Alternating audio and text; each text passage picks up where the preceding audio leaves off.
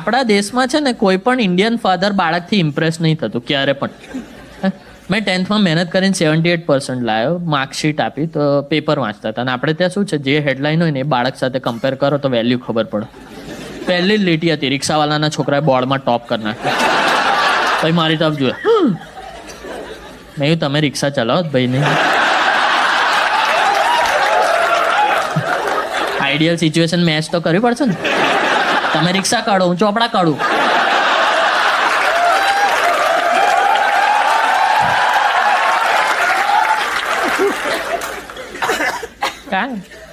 તો કે કેટલા ટકા આવ્યા? મેં કીધું 78 આવ્યા.